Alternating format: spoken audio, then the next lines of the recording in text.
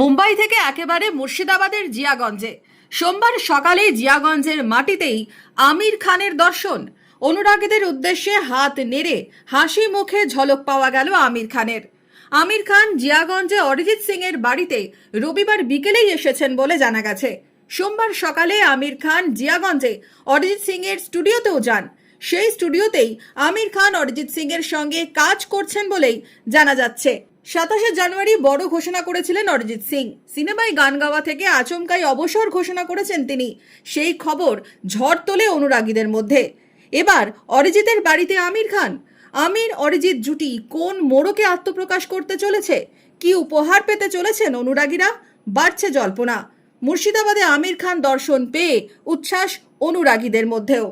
2025-এর ফেব্রুয়ারিতে জিয়াগঞ্জে Ed Sheeran Arijit সিংকে জিয়াগঞ্জের আনাচে কানাচে শুটিং ফ্লোরে দেখা যায়। পরবর্তীতে সেই ঝলকে মুক্তি পায় শিরান অরিজিৎ জুটির সাফায়ার। আর এবার Aamir Arijit. Bureau report, Imagine Community media.